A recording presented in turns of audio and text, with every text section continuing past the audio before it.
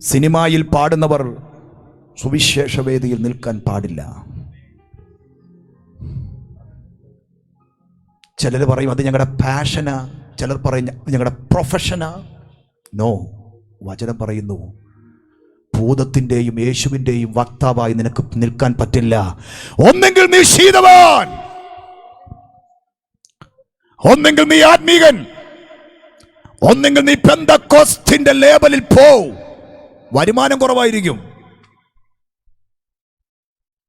ഉണ്മാനും ഉടുപ്പാനും ഉണ്ടെങ്കിൽ മതി എന്ന് വെക്കുക. പക്ഷെ 20 ഒരാഗ്രഹം 1000 വലുത്, 1,00,000 വലുത്. ആ സമയത്താണ് തീരുമാനമെടുക്കേണ്ടത്. ഞാൻ ആത്മീകനാകണോ അതോ ഞാൻ ജഡീകനാകണോ?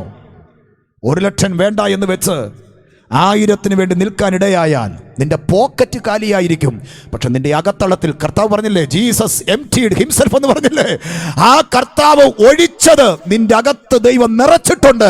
ആ നിറവ് മതി മോനെ, പോക്കറ്റ് കുറച്ച് മതി. ഇത് കാണാൻ ഭക്തന്മാരുണ്ടോ? സ്തോത്രം.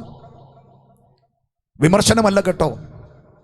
ഇന്ന് ക്രൈസ്തവ ഗോളത്തിൽ അനേകർ സുവിശേഷ പ്രസംഗ വേദികളിൽ, ആത്മീക വേദികളിലൊക്കെ ശക്തരായി വളർന്നവർ വളർന്നു കഴിഞ്ഞപ്പോൾ അവർ സിനി ഫീൽഡിലേക്ക് എന്ത് ചെയ്തു? മാറി.